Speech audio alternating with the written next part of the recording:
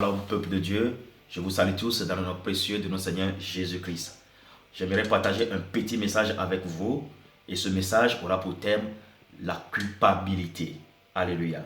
Vous savez, dans la vie chrétienne, dans notre éducation, dans l'éducation chrétienne, l'Église nous a beaucoup enseigné sur ce que c'est que la crainte de Dieu.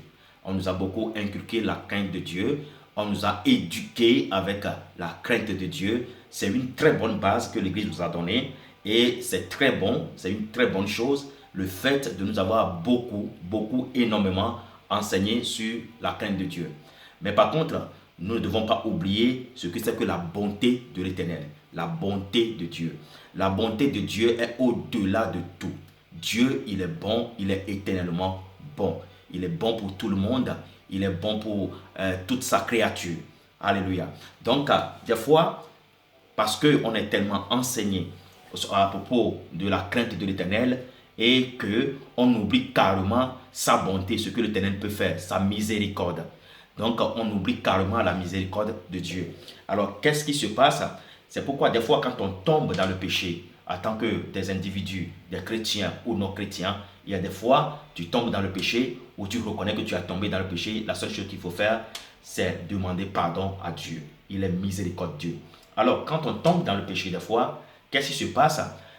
On n'évolue pas. On reste dans le péché, on reste stagnant dans ce péché, ce qui fait que, malgré qu'on prie, on se culpabilise à l'intérieur de nous-mêmes. Et Dieu qui est miséricordieux, on prie, on demande le pardon de ses péchés, mais Dieu, lui, il nous pardonne. Mais nous, à cause de la culpabilité en soi, ça fait que on ne se débarrasse pas de ce péché et Satan, qui est l'accusateur, vient nous accuser même en étant à genoux en train de prier. Il vient te rappeler le péché que tu as commis. Ça fait 1 an, 2 ans, 3 ans, 10 ans ou 20 ans, je ne sais pas. Donc, chaque fois que tu pries Dieu, il te rappelle, il te ramène le dossier du péché que tu as commis il y a longtemps. Et là, tu te culpabilises. Mais devant Dieu même, dans ta prière, tu te culpabilises. Ce qui fait qu'on est bloqué, on n'avance pas. On va lire un texte dans Luc, chapitre 15, à partir de verset 21. Et ça va beaucoup nous aider. Je lis dans le Seigneur. Le fils lui dit, mon père, j'ai péché contre le ciel et contre toi. Je ne suis plus digne d'être appelé ton fils. Mais le père dit à ses serviteurs, apportez vite la plus belle robe et l'en revêtez. Mettez-lui un anneau au doigt et des souliers aux pieds.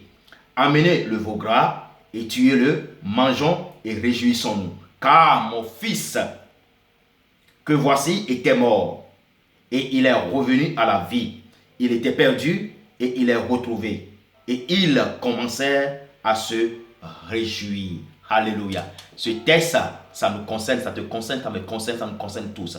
Le fils prodige qui a demandé la part de ses biens et que son papa lui a donné, il est parti, il a dilapidé ses biens avec des prostituées, il a mené une mauvaise vie et quand il s'est retrouvé la main vide, la poche vide, alors il a souffert et un jour il a pris la décision de retourner vers son père.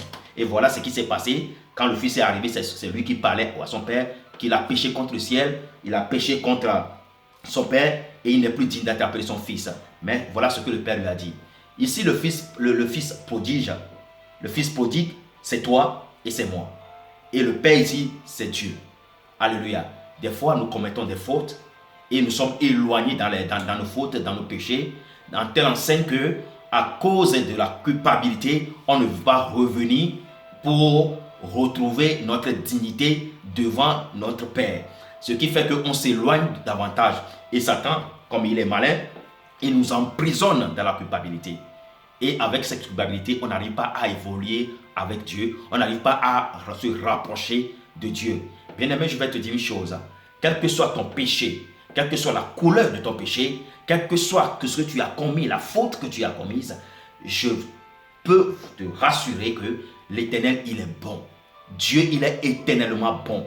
Il est là pour te pardonner. Il a dit dans sa parole, si vous reconnaissez vos fautes et que vous demandez pardon, il est fidèle et juste pour vous les pardonner.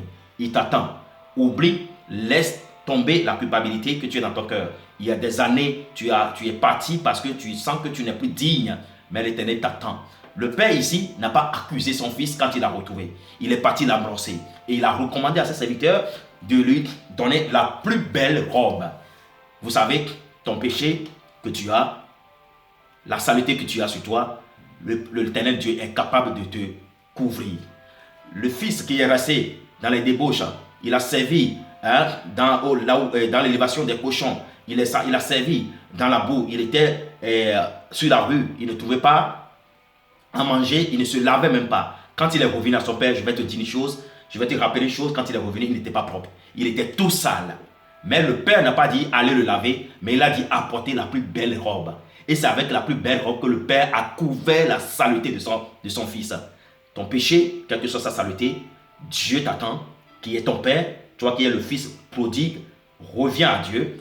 Il a toujours la plus belle robe pour couvrir tes péchés. C'est ce que le père a fait. Il n'a pas accusé son enfant. Il a dit il était mort et il a retrouvé la vie. Il était perdu et voici qu'on l'a retrouvé. Maintenant nous allons fêter. Dieu t'attend. Approche-toi de Dieu. Ne te culpabilise pas. Satan, c'est lui qui est l'accusateur. Que le Seigneur te bénisse, que le Seigneur t'encourage, que le Seigneur te fortifie. Ne vois pas l'ampleur, l'attitude, oui, de ton péché, mais vois la bonté de l'Éternel. Alléluia. Que le Seigneur vous bénisse. Soyez richement bénis et n'hésitez pas à revenir vers le Père qui vous a créé, qui vous aime tant, qui vous attend à la porte pour que vous rentriez à la maison. Il n'est pas là pour vous accuser.